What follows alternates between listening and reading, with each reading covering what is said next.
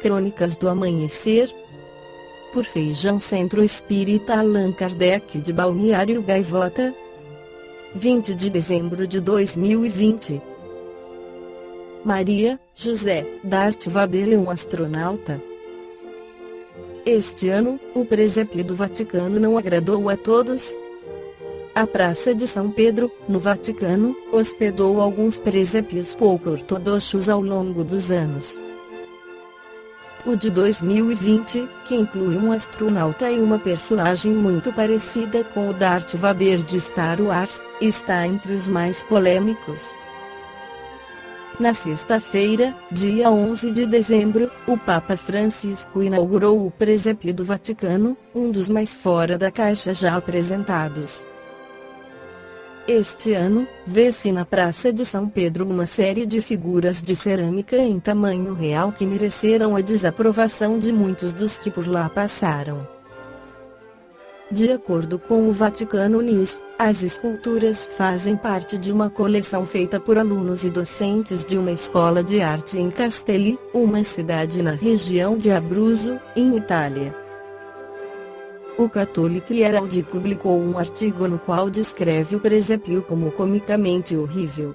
Intitulado The Vatican's Embarrassing Crash, o artigo acrescenta ainda que algumas pessoas o classificaram de demoníaco, pagão e idólatra. O presépio é constrangedor. Não é a representação do nascimento do Nosso Senhor que os fiéis católicos querem e o mundo precisa de ver. Disse muitas vezes que os católicos deveriam ser mais cuidadosos ao arejar a roupa suja diante do mundo, ou a permitir que os nossos debates internos sobre teologia e praxe se tornem pedras de tropeço para os de fora da igreja. Não quero dar escândalo com esta peça. Quero admitir o óbvio, lê-se. No Twitter, Tim Stanley, historiador e editor do Catholic Herald, classificou o presépio de absolutamente aterrorizante. Já a historiadora de arte Elizabeth Levy disse que a cena causou uma explosão universal de chacota, numa entrevista à America Magazine.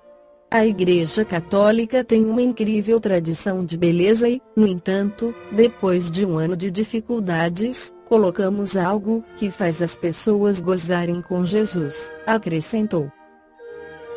Então, o presépio do Vaticano foi revelado. Acontece que 2020 pode piorar, escreveu Levy, também no Twitter. Ainda assim, nem todas as reações foram negativas. Segundo a CNN, Tommy Tigg, autor de The Catholic Hipster Handbook, elogiou o presépio. Mais efusivo foi Lane Hully, apresentador do The Catholic Geek Show, que escreveu: "Não sei o que amo mais, o astronauta ou o sujeito de Star Wars." O presépio do Vaticano vai permanecer em exibição na Praça de São Pedro até a festa do Batismo do Senhor, que acontece no dia 10 de janeiro de 2021. No dia 25 de dezembro, na maior parte dos países de cultura cristã, celebra-se o nascimento de Jesus Cristo. O nome mais usual que é empregado para se definir essa data é, simplesmente, o Natal. Todavia, sabemos que nem nos evangelhos e nem em quaisquer outros textos que tratam da história de Jesus Cristo há evidência de que ele tenha nascido no dia 25 de dezembro. Por que, então, comemoram o seu nascimento nesse dia? Bem, para respondermos à indagação acima, é necessário que saibamos um pouco da história do cristianismo e de sua relação com as civilizações europeias no período da Antiguidade Tardia, transição da Idade Antiga para a Idade Média.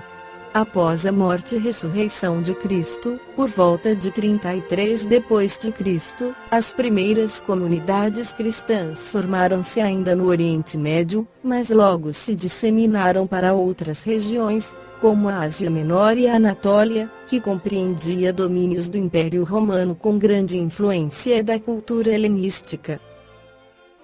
Não demorou muito para que pregadores cristãos chegassem à cidade de Roma e lá também se disseminassem.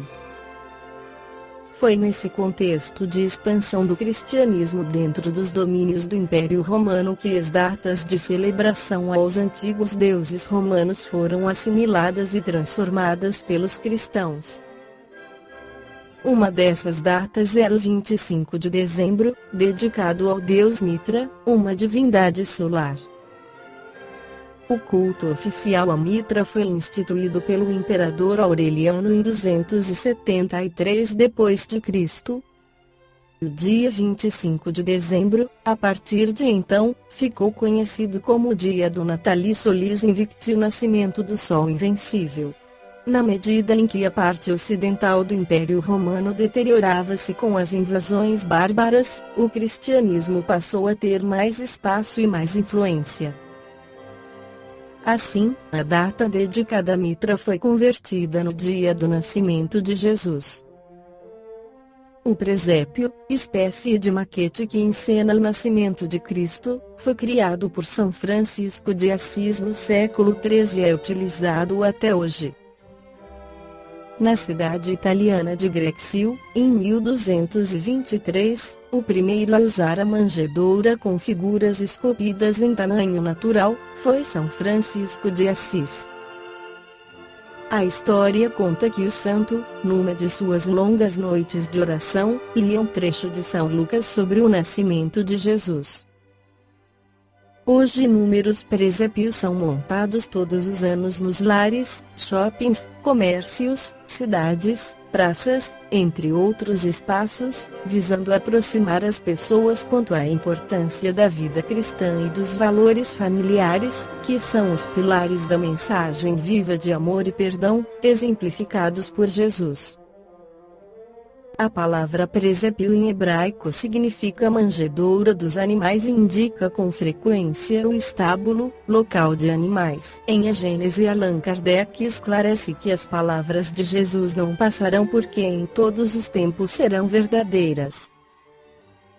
O seu código moral será eterno porque consagra as condições do bem que conduz o homem ao seu destino eterno. Mas terão as suas palavras chegado até nós inteiramente puras e isentas de falsas interpretações? Todas as seitas cristãs lhes captaram o espírito? Nenhuma terá deturpado o seu verdadeiro sentido, em consequência dos preconceitos e da ignorância das leis da natureza. Nenhuma as transformou em instrumento de dominação, para servir às suas ambições e aos seus interesses materiais, em trampolim, não para se elevar ao céu, mas para elevar-se na terra. Acaso terão adotado como regra de conduta a prática das virtudes de que Jesus fez condição expressa de salvação?